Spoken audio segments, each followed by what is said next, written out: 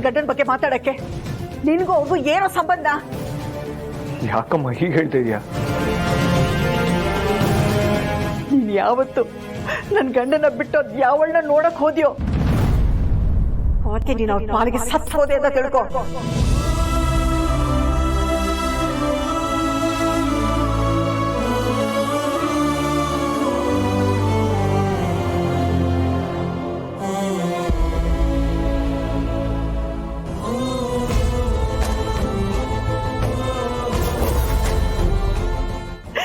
ನೀನು ಅವ್ರ ಜೊತೆ ಇದ್ದಿದ್ರೆ ಇವತ್ತು ಅವ್ರಿಗೆ ಈ ತರ ಪರಿಸ್ಥಿತಿ ಬರ್ತಿರ್ಲಿಲ್ಲ. ನಿನ್ನಂತ ಬೇಜವಾಬ್ದಾರಿ ಮಗ ಯಾರಿಗೂ ಹುಟ್ಟಬಾರ್ದು ಕಣೋ. ಇಷ್ಟೆಲ್ಲ ಮಾಡ್ತೀಯಲ್ಲ, ಈಗ ಸಮಾಧಾನ ಆಯ್ತಪ್ಪ ನಿನ್ಗೆ? ಅವ್ರಿಗೆ ಎಷ್ಟೇ ಹಾಲು ಕೊಟ್ರು ಅದು ವಿಷ ಕಕ್ಕದ್ ಬಿಡಲ್ಲ ಅಂತಾರಲ್ಲ, ಹಾಗೆ ನೀನು ನನ್ನ ಕೈ ತುತ್ತು ತಿಂದು ನೀನ್ ಈ ತರ ಮಾಡ್ತೀಯ ಅಂತ ನನಗೆ ಗೊತ್ತಾಗ್ಲಿಲ್ಲ ಕಣೋ. ಕೊನೆಗೂ ನಿನ್ ಬುದ್ಧಿ ತೋರಿಸ್ಬಿಟ್ಟೆ ನೀನು. ಹಾಗೆಲ್ಲ ಹೇಳ್ಬೇಡಮ್ಮ. ನಾನು ಯಾಕೆ ಸಾಹೇಬ್ರು ಕೆಟ್ಟದಾಗ್ಲಿ ಅಂತ ಬಯಸ್ತೀನಿ? ಹೀಗಾಗಿರೋದಕ್ಕೆ ನಿನಗೆ ಎಷ್ಟು ನೋವಾಗ್ತಿದೆಯೋ ನನಗೂ ಅಷ್ಟೇ ನೋವಾಗ್ತಿದೆ. ಅವ್ರು ನಿನಗೆ ಗಂಡ ಆದ್ರೆ ನನಗೆ ತಂದೆ ಅಲ್ವಮ್ಮ? ಅವ್ರ ಮಗ ಅನ್ನಿಸ್ಕೊಳ್ಳೋ ಹಾರಾಗ್ತೇನ ನೀನ್ ಯಾವತ್ತೋ ಕಳ್ಕೊಂಡ್ಬಿಟ್ಟೆ. ಬೀದಿಲ್ ಬಿದ್ದವನ್ನ ಮನೆಯೊಳಗಡೆ ಕರ್ಕೊಂಡಿದ್ದು ನನ್ನ ತಪ್ಪು.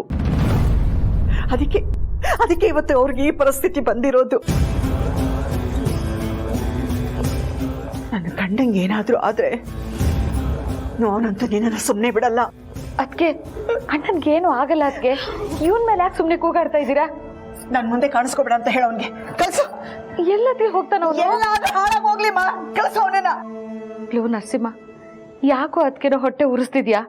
ಎಲ್ಲಾದ್ರೂ ಹೋಗೋ. ಇಂಥ ಟೈಮಲ್ಲಿ ಅವ್ರು ಎಲ್ಲಿ ಅಂತ ಹೋಗ್ತಾರೆ?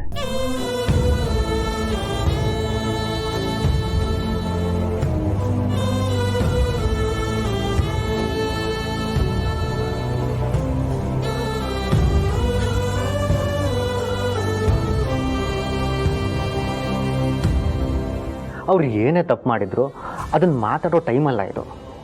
ದಯವಿಟ್ಟು ಅವ್ರ ಮನಸ್ಥಿತಿನ ಅರ್ಥ ಮಾಡ್ಕೊಳ್ಳಿ. ಅಯ್ಯೋ, ಅವನಿದ್ರು ಇಲ್ಲ ಅಂದ್ರು ನನಗೇನು ತೊಂದರೆ ಇಲ್ಲಪ್ಪ. ಅದಕ್ಕೆ ಹೇಳು ಅಂದ್ರು ಅದಕ್ಕೆ ಹೇಳ್ದೆ ಅಷ್ಟೇ. ಅಮ್ಮ ಪ್ಲೀಸ್, ನೀವು ನರಸಿಂಹ ಅವ್ರ ಜೊತೆ ಮಾತಾಡಿಲ್ಲ ಅಂದ್ರೂ ಪರವಾಗಿಲ್ಲ. ಇಷ್ಟು ದಿನ ನಿನ್ನ ಅತ್ತಿಗೆ ಹಾಕಿದ ಗೆರೆನ ದಾಟದೇ ಇದ್ದವನು ಇವತ್ತು ಆ ಬೌಂಡ್ರಿನ ದಾಟಿ ದೀಪಂಗೆ ಅಷ್ಟೊಂದು ಕಾಳಜಿ ತೋರಿಸ್ತಿದ್ಯಲ್ಲ. ಏನ್ ಸಮಾಚಾರ? ಲವ್ ಏನಾದ್ರೂ ಶುರು ಆಗಿದೆಯಾ? ಚಿಕ್ಕಮ್ಮ, ಏನನ್ನ ಮಾತಾಡ್ಬಿಡಿ. ನಾನು ಯಾಕೆ ಅವ್ರನ್ನ ಲವ್ ಮಾಡ್ಲಿ?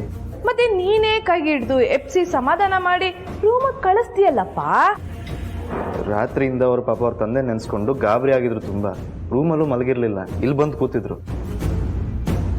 ಅದಕ್ಕೆ ಏನಾಗಿದ್ಯೋ ಅಂತ ಅವ್ರನ್ನ ಎಬ್ಬಿಸ್ಬಿಟ್ಟು ಸಮಾಧಾನ ಮಾಡ್ಬಿಟ್ಟು ಕಳಿಸ್ದೆ. ಏನಾಯ್ತಂತೆ ಅವ್ರ ತಂದೆಗೆ? ಹೊಗೆ ಹಾಕಿಸ್ಕೊಂಡ್ರ ಏನು? ಏನ್ ಚಿಕ್ಕಮ್ಮ ನೀವು ಒಬ್ರ ಬಗ್ಗೆ ಇಷ್ಟು ಕೇವಲವಾಗಿ ಮಾತಾಡ್ತಿರಲ್ಲ? ಅದೇ ಯಾರಾದ್ರೂ ನಿಮ್ಮ ತಂದೆ ತಾಯಿ ಬಗ್ಗೆ ಇಷ್ಟು ಕೇವಲವಾಗಿ ಮಾತಾಡಿದ್ರೆ ಸುಮ್ಮನೆ ಇರ್ತಿದ್ರ ನೀವು? ಹಾಗಲ್ಲಪ್ಪ, ಗುಂಡ್ಕಲ್ ತರ ಇರೋ ಅವ್ರ ಅಪ್ಪನ ಬಗ್ಗೆ ಇವಳು ಯಾಕೆ ಗಾಬರಿ ಆಗ್ಬೇಕು? ಏನಾದ್ರೂ ಹೆಚ್ಚು ಕಡಿಮೆ ಆದ್ರೆ ತಾನೇ ಹೆದರ್ಕೋಬೇಕು? ನೋಡಿ, ಅವರೇ ಅಲ್ಲ, ಅವ್ರ ಜಾಗದಲ್ಲಿ ಬೇರೆ ಯಾರಿದ್ದಿದ್ರು ನಾನು ಇದೇ ತರ ರಿಯಾಕ್ಟ್ ಮಾಡ್ತಾ ಇದ್ದೆ. ಇದು ಮನುಷ್ಯತ್ವ, ಬೇರೇನಲ್ಲ.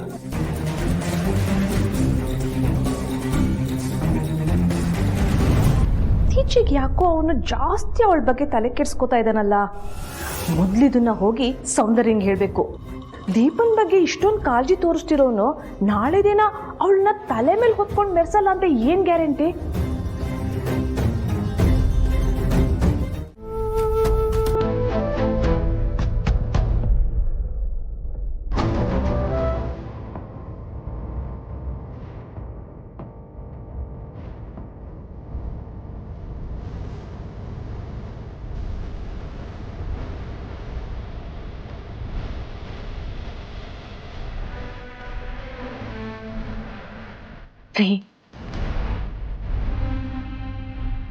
ನೀವ್ ಈ ತಾಳಿನ ನನ್ನ ಕುತ್ತಿಗೆಗೆ ಕಟ್ಟಾಗಿಂದ ಇವತ್ತಿನವರೆಗೂ ಇದನ್ನ ಜೋಪಾನ ಮಾಡ್ಕೊಂಡು ಬಂದಿದ್ದೀನಿ. ಆದ್ರೆ ಅದು ಇವತ್ತು ನಿಮ್ಗೋಸ್ಕರ ನಾನು ಈ ತಾಳಿನ ತೆಗಿಬೇಕಾದ ಅವಶ್ಯಕತೆ ಬಂದಿದೆ.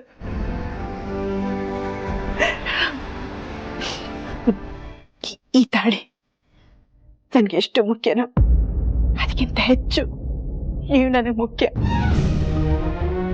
ಅದಕ್ಕೆ ಈ ತಾಳಿನ ಗಿರ್ವಿ ಇಡ್ತಾ ಇದ್ದೀನಿ.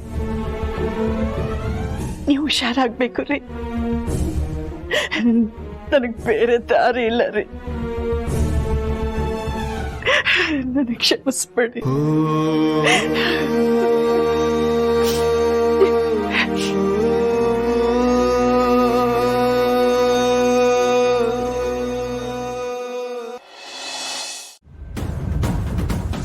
ಹೌದದಕ್ಕೆ ನಿನ್ನೆಯಿಂದ ಅವ್ರ ತಂದೆ ನೆನೆಸ್ಕೊಂಡು ತುಂಬ ಗಾಬರಿ ಆಗಿದ್ರು.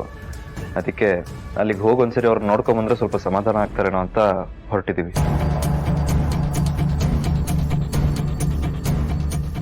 ಅಯ್ಯೋ ಚಿರು, ಅವಳ ತಂದೆ ನೋಡ್ಬೇಕು ಅನ್ಸಿದ್ರೆ ಅವಳು ತಾನೇ ಹೋಗ್ಬೇಕು. ನೀನ್ ಯಾಕಪ್ಪ ಅವಳ ಜೊತೆ ಹೋಗ್ತಿದ್ಯಾ?